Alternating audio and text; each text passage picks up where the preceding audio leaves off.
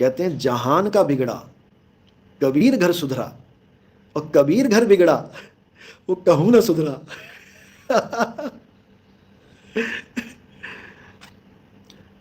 समझे? तो सारी दुनिया का बिगड़ा कबीर पंथ में सुधर सकता है, लेकिन कबीर पंथ में आके जो बिगड़ा वो बेटा कहीं नहीं सुधरेगा। वो 84 में जाके सुधरेगा, फिर डंडे पड़ेंगे ना जब पीठ पे, वो तब सुधरेगा। तो इसलिए बहुत जरूरी है इस बात को समझना कि गुरु हर जीव की परीक्षा लेता है। ये मत समझना कि कोई बचेगा, सबकी परीक्षा होती है, सबकी। किसी की बीमारी से परीक्षा होती है, नाम दीक्षा ली, बीमारी आ गई, ये परीक्षा ही है। अब देखते हैं कितने अटल हो सत भक्ति में, सत परमात्मा में कितना विश्वास है। किसी ने कह दिया वो बाबा जी बैठे हैं, वो धूना देते हैं, वो फलाने गुरु के चेले हैं, वो फलाने देवी देवताओं की पूजा करवाते हैं, वो फलाना काम कराते हैं, फलाना ठिकाना। अब यही परीक्षा है, अब देखते हैं क्या होता है। सारा ज्ञान धरे का धरा, सारा विश्वास धरे का धरा, पहुंच गए उन बाबा जी के पास। उसने उठा के 5-7 झाड़ू मारे सिर पे, धूना चटाया, नारियल में सिंदूर लगाया, लाल कपड़े में बांधा और बोल रहा है 12 बजे रात के चौक पे जाके रख देना। अब तुम जा रहे हो 12 बजे रात को चौक पे नारियल रखने, इसका मतलब तुम परीक्षा में बेटा फेल हो गए हो। समझे? तुम फेल हो गए हो। बहुत तरह की परीक्षाएं होती हैं, बहुत तरह की। नितिन दास परीक्षा लेने में तो 1 नंबर है, बहुत, क्योंकि हम जानते हैं ना, असि सब जान दे। हाँ, ये माया का खेल क्या है अच्छी तरह जानते हैं, अच्छी तरह।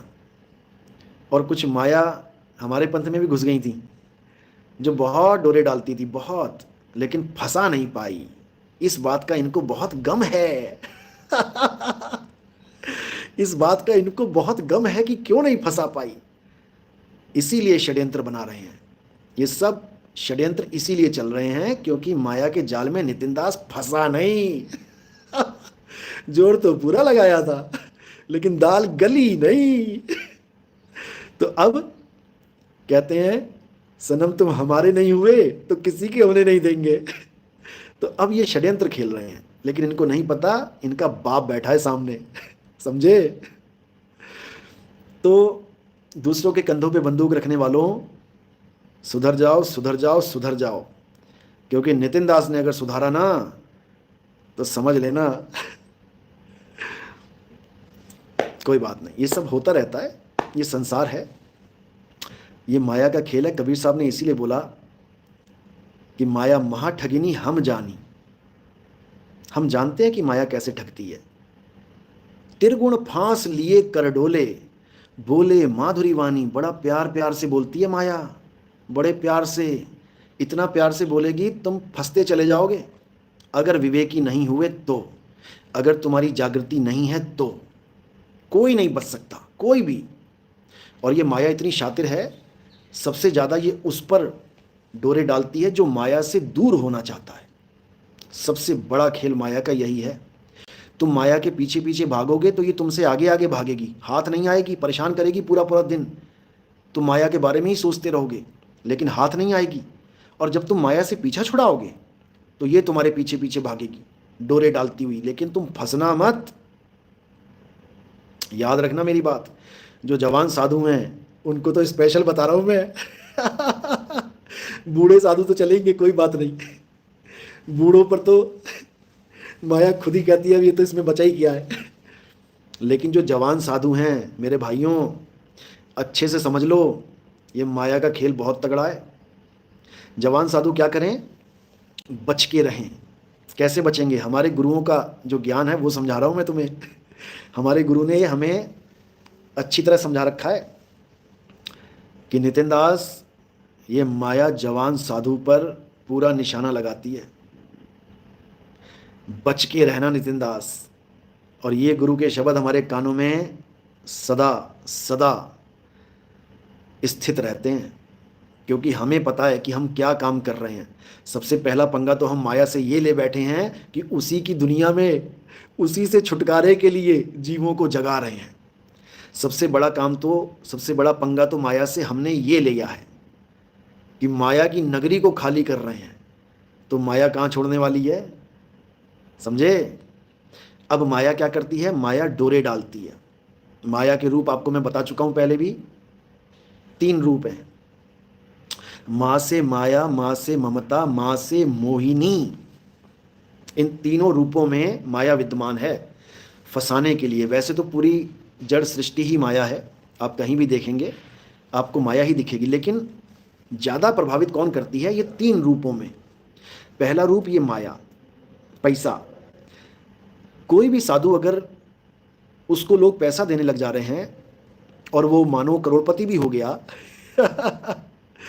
तो संयम में रहना, अपने आप को अमीर मत समझने लग जाना कि तुम बहुत बड़े अमीर हो, ये भीख मिली है तुम्हें, भीख, जनता ने भीख दी है। हमेशा अपने आप को भिखारी समझना, ये पहली सीख है, अहंकार नहीं आएगा।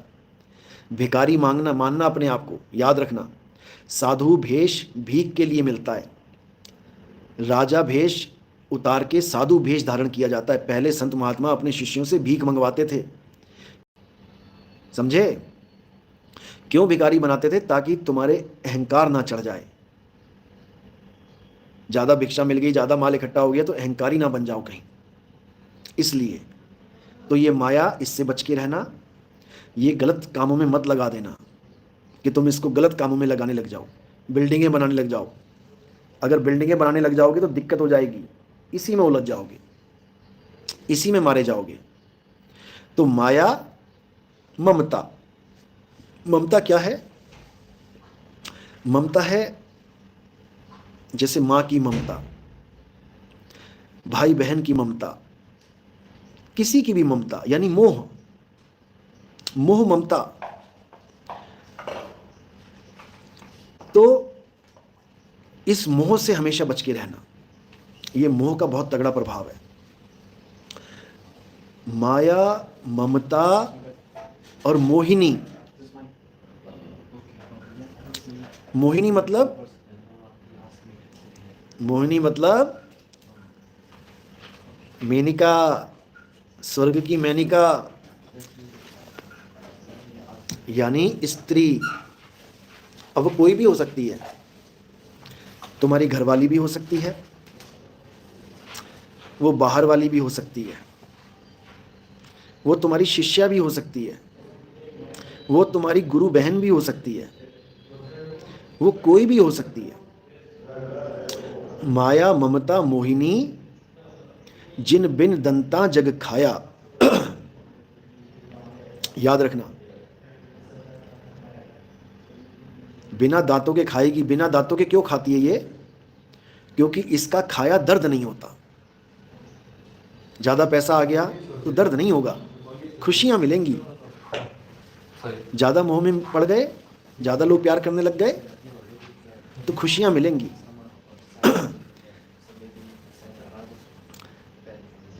ज़्यादा औरतों से संबंध बनने लग गए तब भी खुशियां ही मिलेंगी। यही माया की नकली खुशी है, ये तुम्हें खा रही है और तुम सोच रहे हो कि मैं तो बहुत बढ़िया जीवन जी रहा हूँ। बहुत दिक्कत में आने वाले हो।